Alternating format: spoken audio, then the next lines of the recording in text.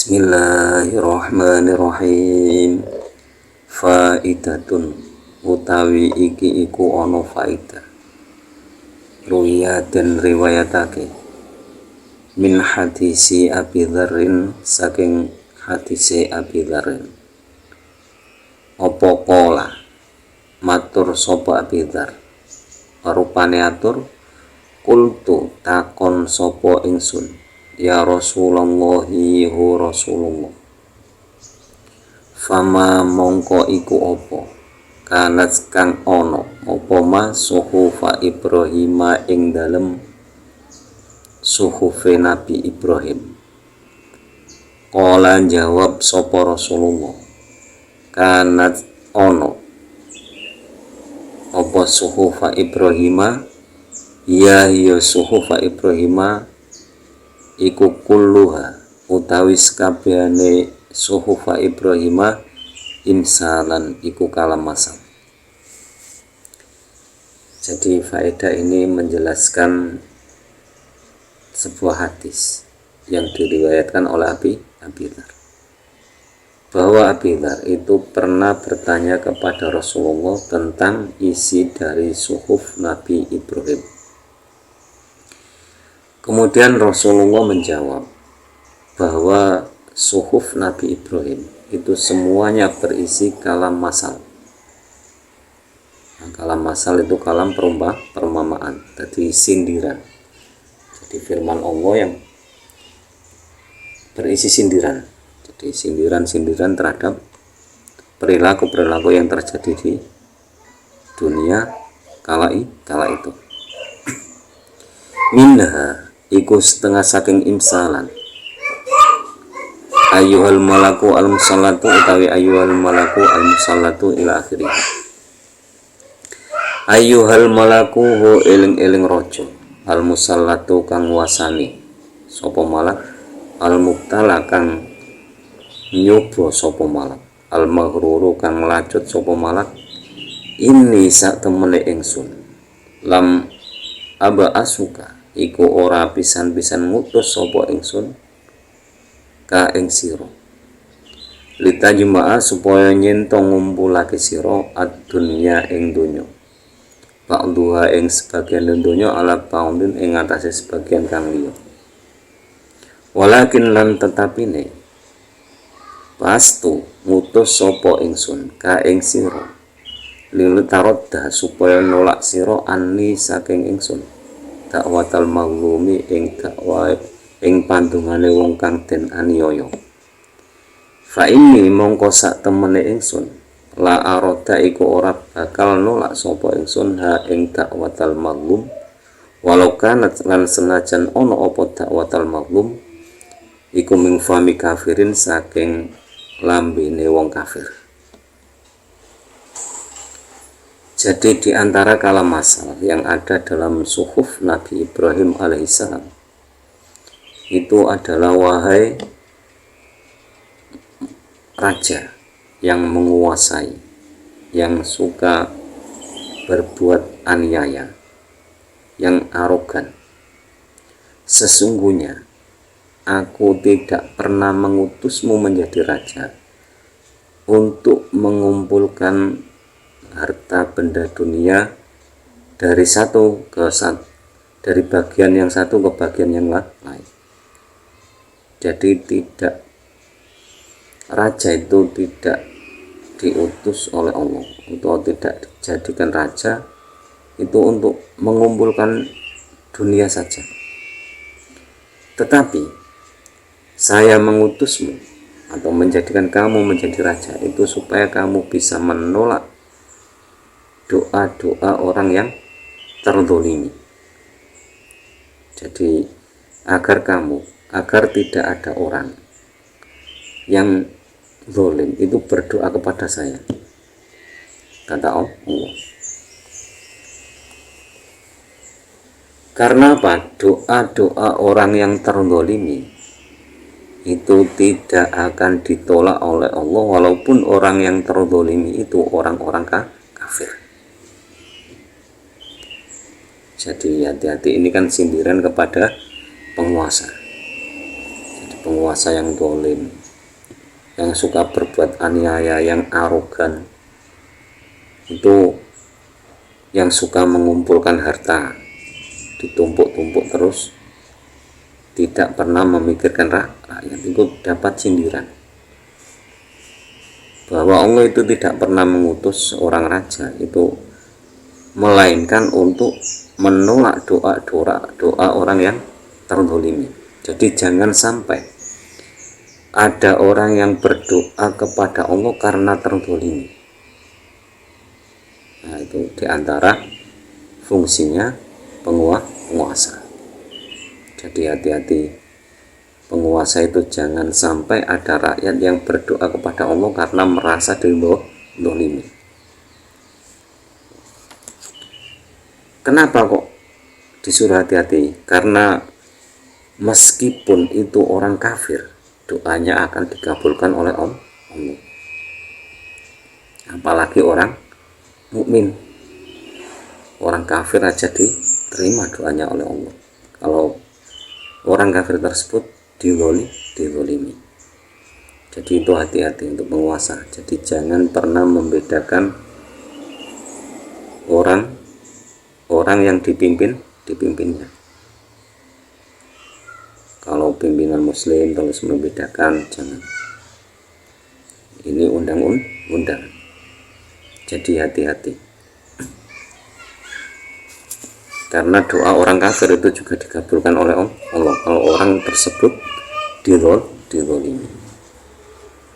Wa minna lan iku setengah saking kalam masal utawi wa alal akili ayakuna lahu saatun ila akhirih. Wa alal akili lan iku ing atase wong kang anduweni akal apa ayakuna nyento ono iku lahu kedue akil saatun opo saat yunaji kang munajat sopo akil fiha ing dalam saat robbahu ing pangerane akil azza kang maha lurus sopo robbah wa ajallalan maha agung sopo robbah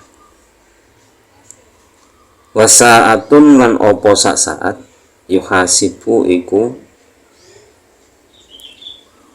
ngiti-ngiti sopo akil fiha ing dalam saat nafsahu ing awak dhewene akil. Wa saatun lan utawi saat ya tafakkaru kang mikir-mikir sopo akil fiha ing dalam saat sona Allahi ing ciptaane Allah ta'ala halim maha luhur sopo Allah. Wa saatun lan utawi saat yakhlu iku nyepi sopo akil ayat ajarotu tegese ngijen sopo akil fiha ing dalam saat lihajatihi krono hajate akil minal mat'ami bayane saking mangan wal masyrubi lan ngombe. Jadi sebagian dari kalam masa lagi itu Allah menyatakan bahwa bagi orang-orang yang berakal itu seharusnya ada satu saat untuk munajat kepada Allah Azza wa Jalla. Jadi dalam satu hari, satu malam itu harus ada waktu di mana orang-orang tersebut yang berakal itu munajat kepada Allah. Kemudian satu waktu lagi itu menghitung dirinya sendiri. Jadi menghitung kesalahannya berapa, yang dilakukan kebaikannya berapa. Harus ada satu waktu dalam satu hari itu menghitung. Kalau saya melakukan kebaikan tadi, misalkan kalau sore hari itu menghitung mulai dari pagi tadi. Saya tadi melakukan kesalahan apa saja, melakukan dosa apa saja. Kalau saya melakukan kebaikan itu apa saja. Imbang enggak kebaikan yang kita lakukan dalam mulai dari pagi sampai sore ini dengan keburukan kita. Itu harus ada satu waktu menghitung dirinya sendiri. Lalu ada wasaatun yatafakkaru fiha sona Allah Ta'ala. Terus ada satu waktu itu berpikir tentang ciptaan Allah Ta'ala. Jadi kadang orang bingung itu kan refreshing, cari hiburan atau yang disebut sekarang itu healing. Nah misalkan healing itu dimanfaatkan untuk yatafakkaru fiha sona Allah, itu lebih bermanfaat lagi. Jadi melihat pemandangan gunung, hutan atau apapun sambil berpikir ini ciptaan Allah. Nah dari berpikir itu keimanan kita bertambah. Nah, itu akan lebih bermanfaat lagi. Bahkan kadang tidak berpikir aja hati kita sudah senang.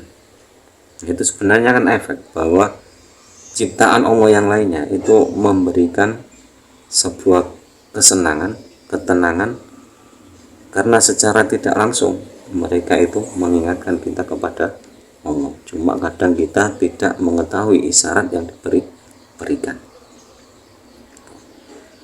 Kemudian harusnya lagi ada satu saat untuk menyendiri. Jadi orang yang berakal itu harus ada satu waktu menyendiri untuk memenuhi kebutuhannya sendiri, seperti makan dan minum. Jadi orang makan dan minum itu ketika makan dan minum mestinya kan tidak diganggu. Jadi kadang kita bertamu kepada teman ataupun kepada tetangga itu kita lihat dulu. Makanya sehingga etika salam itu kan tidak boleh langsung di depan pintu, tidak boleh langsung di depan pintu. Jadi di samping jendela salam dulu, assalamualaikum, nggak usah langsung melihat ke dalam.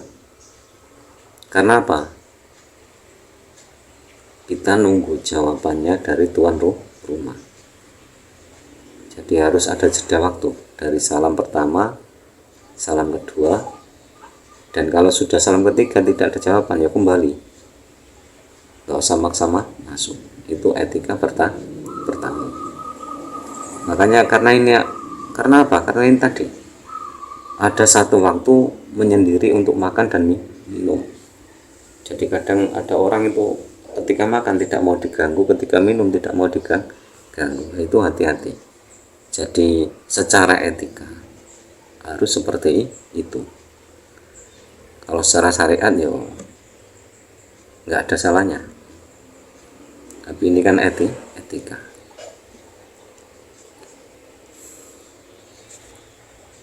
Jadi ada satu waktu seseorang itu untuk makan dan minum, makanya jangan diganggu. Kalau tamu pas tuan rumahnya makan dan minum ya tunggu dulu, nggak usah salam dulu, tunggu di luar. Kalau rokok yang rokokan dulu di luar, kan nyantai-nyantai aja.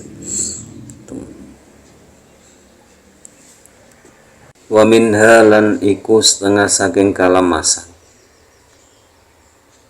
utawi wa alal akili alla yakuna tamian ila akhirih.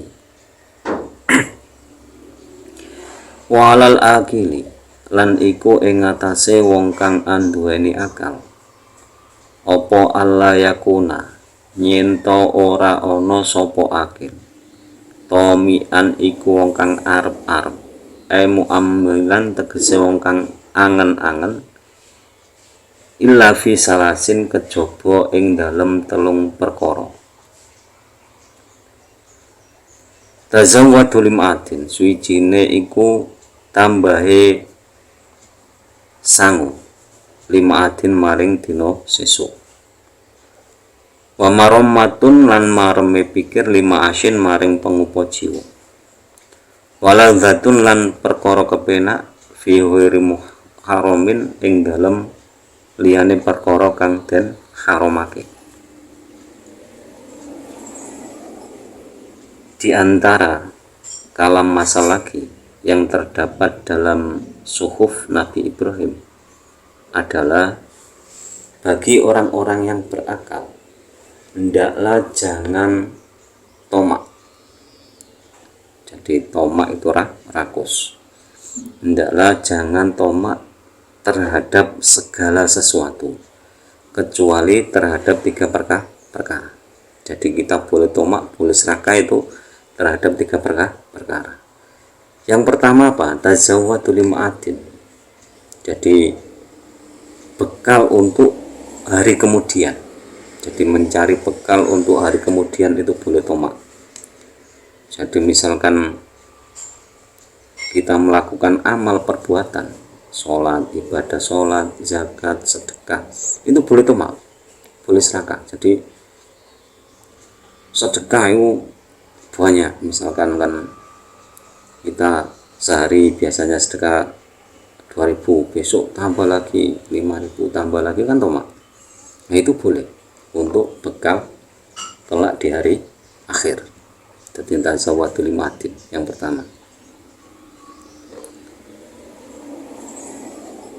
Atau sholat, misalkan kan sholat 5 waktu terus tambah rawatib, ada tahajud, ada duha, itu kan tomak. Nah itu boleh. Lalu wa maromatul limashin. Jadi yang kedua itu tenangnya pikiran terhadap apa yang akan dimakan. Jadi kalau misalkan kita tidak tenang, kalau tidak ada makanan, itu ya harus cari makanan dulu biar tenang. Misalkan kita kalau nggak makan dulu, sholatnya nggak tenang, ya makan dulu. Nah, itu boleh teman, boleh. Arab. Jadi kalau misalkan kan kadang seseorang kan beda, ada yang sholatnya bisa khusyuk karena perutnya masih lapar, ada yang kalau nggak kenyang nggak bisa khusyuk.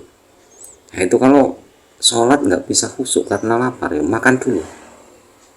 Itu kan tomak, maksudnya tomak harusnya kan mementingkan sholat dulu, tapi nggak seperti itu. Jadi maksud dari wamaromatul mashin itu seperti itu, kurang lebihnya seperti itu. Yang ketiga itu walal dzatu fi ghairi muharramin. Jadi tomak terhadap hal-hal yang enak tapi yang halal atau yang tidak diharamkan. Jadi misalkan terhadap makanan yang halal, misalkan kopi, minum kopi sehari kadang 3 kali kan tomak, mestinya kan baiknya kan 2 kali atau apa yang kopi sampai 5 kali, 5 gelas itu kan tomak. Tapi boleh, karena apa? Karena hal yang halal, asal tidak mencuri.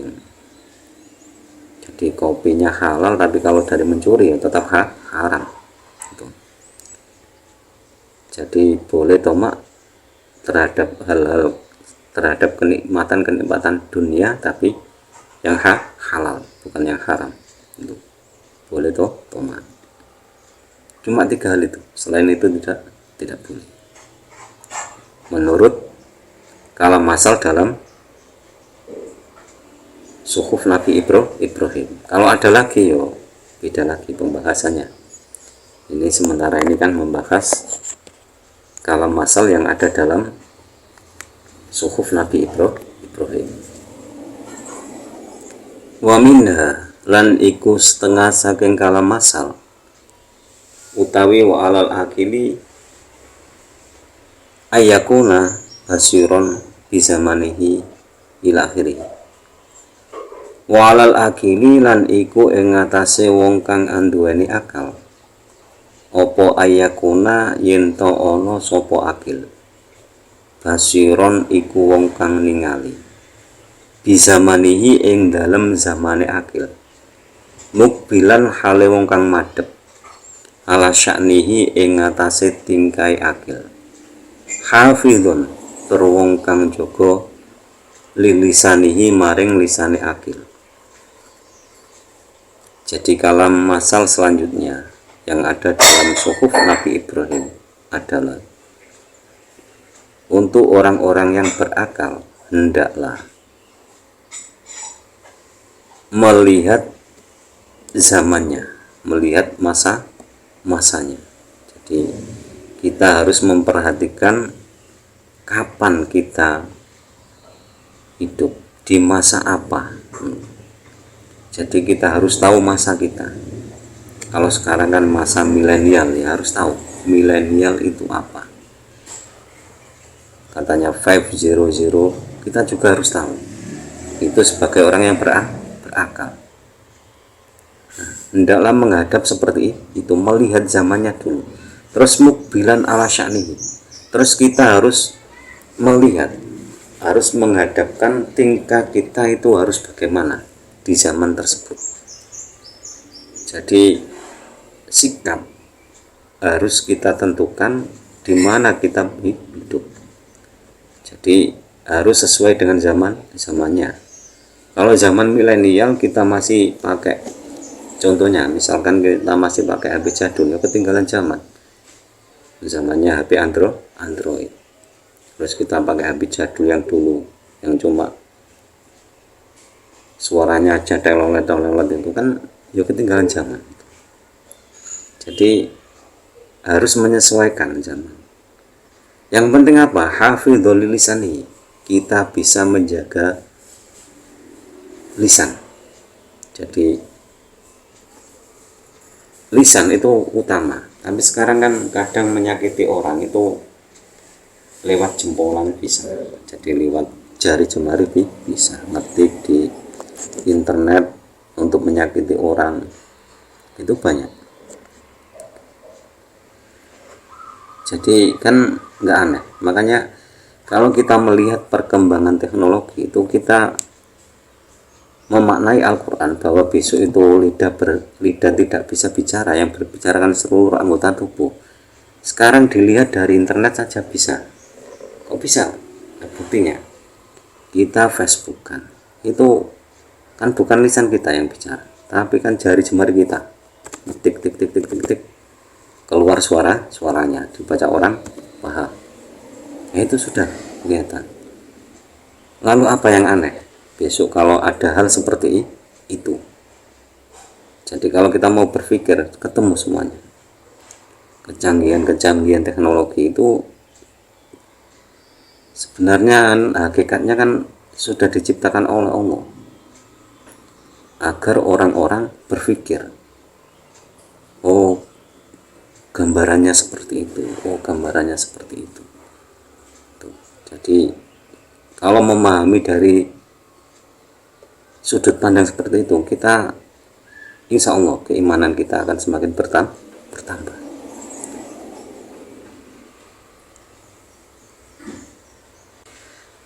Waman lan utawi sapane wong ada iku ngitung-ngitung sapa man kalamahu ing omongane man min amalihi tinimbang saking amale man, kala mongko kidik apa kalamuhu gunemane man illa fima kejaba ing dalem barang yaknihi kang manfaati apa ma. Jadi barang siapa yang menghitung-hitung apa yang diucapkan dari apa yang diperbuat. Jadi orang yang berakal itu menghitung, kalau saya bicara seperti ini harusnya melakukan seperti ini, itu diperhitungkan. Setelah memperhitungkan itu, maka qala kalamu, maka orang tersebut tidak akan banyak bicara kecuali kepada hal yang bermanfaat. Jadi bicaranya itu manfaat terus. Karena apa? Karena sebelum berbicara itu memperhitungkan antara bicara dan melakukan. Itu orang-orang yang berakal itu seperti itu, perhitungan. Jadi saya ngomong seperti ini, itu gimana, manfaat apa tidak, terus saya bisa melakukan apa tidak, itu diperhitungkan lagi. Jadi apa yang diucapkan sama yang dilakukan itu diperhitungkan, banyak mana. Mestinya kan harus banyak perbuatan daripada ucapan. Kalau bisa memperhitungkan seperti itu, otomatis orang tersebut akan sedikit bicara, kecuali kepada hal-hal yang bermanfaat. Nah, contohnya kan seorang guru, baik guru ngaji ataupun guru sekolah, itu kan kalau nggak banyak bicara terus gimana? Diam saja kan, yo tidak pada tempatnya. malah diharuskan banyak bicara untuk menjelaskan sebuah ilmu. Itu kan pembicaraan yang bermanfaat. Jangan terus mendengarkan ini lalu diam saja, kan tidak. Jadi sesuatu yang bermanfaat itu diucapkan. Misalkan mengucapkan ini bermanfaat, ya diucapkan saja, meskipun ada resiko yang ditanggung, karena tidak semua kebenaran itu disenangi orang. Kan ada hadis, kulil haq walau kana murun, katakan yang benar meskipun itu pahit. Tapi kalau bisa menanggung, kalau tidak bisa menanggung filanya, ya diam saja, nggak apa-apa. Karena kalau selagi masih ada yang lebih berhak lagi, ya lebih baik diam. Kecuali kok memang itu kewajiban kita. Bifathi awalihi utawi yaknihi, bifathi awalihi kelawan kafatha huruf awale, mimba biroma iku saking anut bab Roma yarmi. Aima tegesi lafat ya ta'alaku kang kegantungan opo ma inayat, ya ta'alaku kang kegantungan opo inayatuhu ngun pangruwate ma bihi kelawan ya ta'alaku. Jadi yakni itu di fathah huruf awalnya. Nah, ikut wazan yang setara, yang sesuai dengan Roma yarmi. Jadi wazannya sama dengan wazan Roma yarmi. Jadi babnya bab Roma yarmi. Itu maya ta'alaku inayatuhu. Jadi segala sesuatu yang berhubungan dengan pemeliharaan sesuatu. Jadi ucapannya yang dimaksud fi mayanihi itu ucapannya itu terpelihara. Jadi tidak ngawur dalam berucap. Itu setiap dialektika, kata-katanya, kata demi kata itu terpelihara rapi, tidak ngawur. Itu maksudnya malayaknihi tadi, mayaknihi tadi. Kama kaya katerangan kala kang wis ndhawuhake ing ma sapa Ibnu Hajar fi Fathil Mubin ing dalam kitab Fathul Mubin. Jadi itu tadi sudah dijelaskan oleh Imam Ibnu Hajar dalam kitab Fathul Mubin. Sekali lagi, jadi yang dimaksud dengan fi mayaknihi itu maya ta'alaku inayatuh bi. Jadi segala ucapan yang berhubungan dengan pemeliharaan. Jadi ucapannya itu nggak ngawur. Jadi kalau berucap itu mempertimbangkan hal-hal yang lain. Misalkan berucap seperti ini, tersinggung nggak orang yang diajak bicara? Kalau mengucap ini kira-kira menyakiti hati orang lain tidak? Nah, itu namanya yakni. Wa fi nusqatin lan iku ing dalam sebagian tulisan waman hasaba kalamuhu apa lafat waman hasaba kalamuhu badalun iku dadi badal. Jadi waman hasaba kalamuhu tai lafat waman hasaba kalamuhu badalun iku dadi badal. Waman ada kalamuhu lan lafat waman ada kalamuhu. Jadi waman hasaba kalamuhu itu menjadi badal dari waman ada kalamuhu. Jadi antara hasaba dan ada itu wal makna utai maknane hasaba wa ada wahidun iku siji. Jadi makna hasaba dan ada itu sama satu, maknanya satu. Jadi artinya memperhitungkan atau menghitung-hitung, sama maknanya. Lafalnya beda tapi maknanya sama. Li'anna hasaba yahsibu li'anna hasaba yahsubu krana sak temene lafal hasaba yahsubu iku idza kana nalikane ono apa hasaba yahsubu mimba binasara yang suruh saking bab nasara yang suruh bahwa mengkote hasaba yahsubu iku bimana ada kelawan nganggo makna ada. Jadi Kalau hasaba yahsubu ikut wazan fa'ala yafulu, dari sini kan dari bab nasoro yang suruh, itu maknanya adalah ada, menghitung-hitung. Wa masdaru utai masdari hasaba yahsubu hasbatun, itu lafad hisbatun kelawan hisbatun bikasil ha'i kelawan kakasroh ha'i, wa hisbanan wa husbanan lan lafad husbanan bindomin kelawan kandumai ha'i. Jadi ini hasaba yahsubu itu masdarnya itu hisbatun atau husbanan. Wawa utai hasaba yahsubu ya taati iku butuh maf'ul atau mutaati ila maf'ulin maring maf'ul wahidin kang siji. Jadi hasaba yahsubu itu fi'il mutaati. Mutaati itu membutuhkan maf'ul ya. Tapi kalau hasaba yahsubu itu membutuhkan hanya satu maf'ul. Jadi cuma butuh maf'ul satu. Wa amma hasiba lan anapun utawi hasiba alladzika bimakna dhonna lawan nganggo maknane dhonna,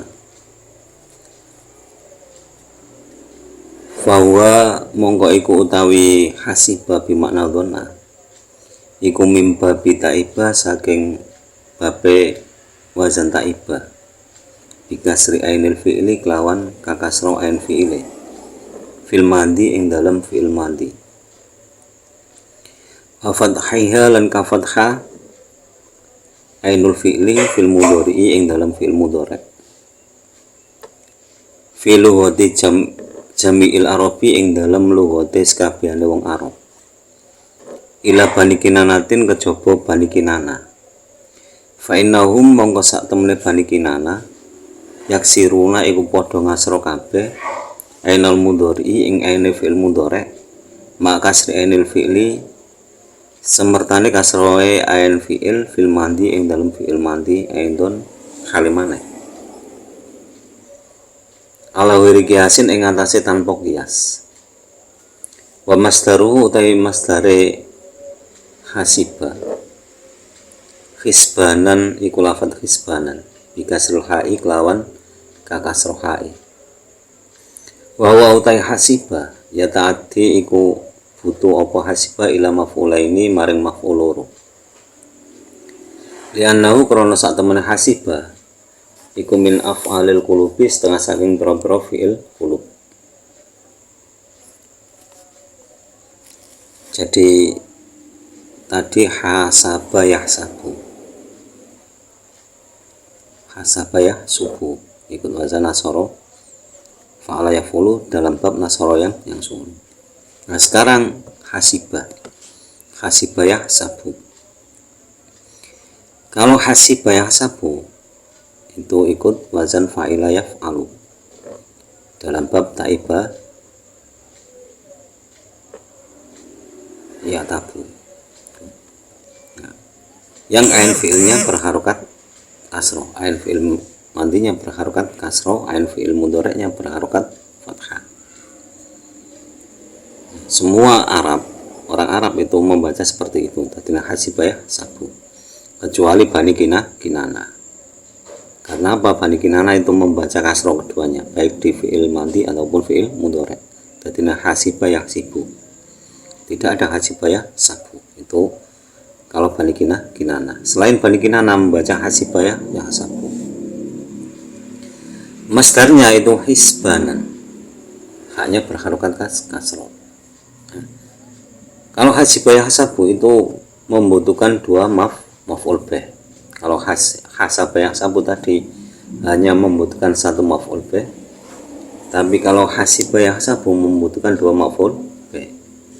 Kenapa? Karena hasiba yahsabu itu termasuk af'alul qulub, salah satu dari af'alul qulub. Wa qauluhu lan utawi dawe Allah, rupane dawa wasa'atu yuhasabu fiha nafsahu ay kulla sobahin tegese ing dalem saben-saben isu ala jami'i ma ing ngatasé sekabehane perkara amala kang wis nglakoni sapa akil hu ing ma lailan ing dalem waktu wengi wa kullamasain lan ing dalem saben-saben sore ala jami'i ma ing ngatasé sekabehane perkara amala kang wis nglakoni sapa akil hu ing ma naharon ing dalem waktu rinone fama mongko utawi perkara wajada kang nemu sapa akil ing ma min hasanatin bayane saking kebagusan hamida mongko muji sapa akil Allah ing Allah alaiha ing atase ma wujida au min sayiatin utawa saking keelekan astaghfara mongko becik nyuwun ngapura sapa akil Allah ing Allah minha saking ma wujida. Jadi dalam suhuf Nabi Ibrahim penjelasan tentang wasa'atu yuhasabu fiha nafsahu itu adalah bahwa hendaklah setiap orang yang punya akal itu menghitung perbuatan yang telah dilakukan di malam hari. Itu dihitung ketika pagi. Jadi ketika pagi datang itu kita berpikir menghitung apa saja yang telah kita perbuat di malam hari. Kalau sore hari itu yang kita hitung apa saja yang telah kita perbuat ketika siang hari tadi, mulai dari pagi sampai sore tadi. Nah, setelah menghitung-hitung tersebut, apabila kita menemukan hal-hal yang kita lakukan di siang hari tadi itu hal-hal yang baik, hendaklah kita memuji kepada Allah Subhanahu wa Ta'ala. Karena apa? Karena Allah mentakdirkan kita melakukan perbuatan baik. Tapi jika kita mendapati hal-hal yang kita perbuat di siang hari tadi kok ada kesalahan, maka seyogyanya kita memohon ampun kepada Allah Subhanahu wa Ta'ala. Jadi terus seperti itu setiap hari memperhitungkan amalnya sendiri. Itu kalau bisa sangat bagus. Wa aqrabu lan luwe parek min dzalika saking mengkono-mengkono yuhasabu ila salamati maring selamat opo ayu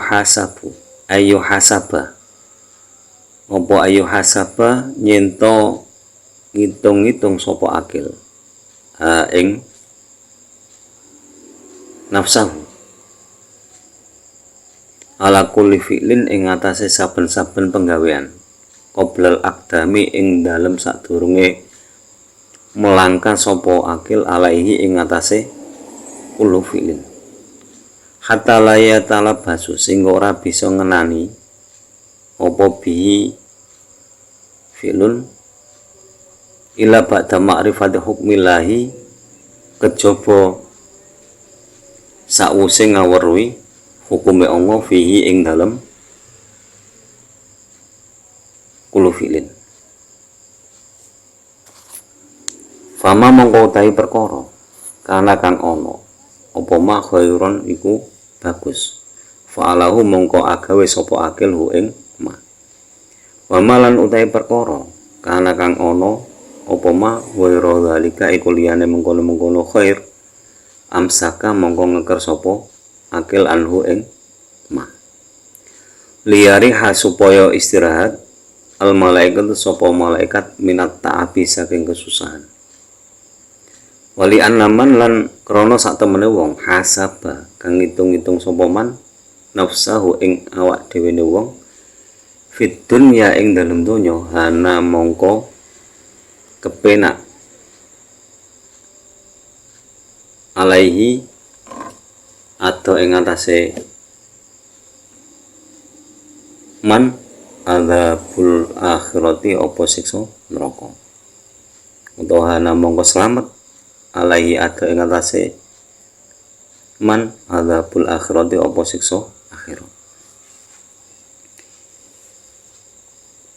Jadi untuk lebih selamatnya lagi, jadi tadi menghitung-hitung setiap pagi atau setiap sore, tapi untuk lebih selamatnya lagi itu kalau bisa kita sebelum melakukan sesuatu, sebelum melangkahkan kaki untuk melakukan sesuatu, kita memperhitungkan dulu apa yang kita perbuat itu sesuai enggak dengan hukum yang Allah tentukan pada hal tersebut. Nah, kalau bisa seperti ini, kita akan lebih selamat. Jadi memperhitungkan hukum Allah terhadap apa yang akan kita lakukan. Apabila hal itu terdapat dalam hukum Allah, hal itu baik, maka akan dilaksanakan. Dan apabila terdapat hukum yang kurang baik atau tidak baik, maka tidak dilaksanakan. Nah, melakukan hal seperti itu juga memberikan kelonggaran kepada malaikat dari kesusahan. Kok malaikat dari kesusahan gimana? Karena malaikat Raqib dan Atid itu apabila mencatat sebuah amal jelek manusia,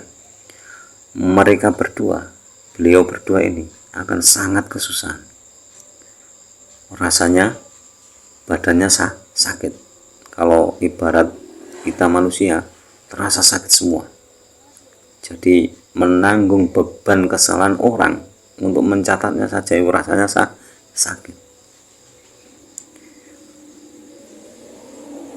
Nah, terus alasan lagi kenapa? Tadi wali anna man hasaba nafsahu fid dunya hana alaihi adzabul akhir.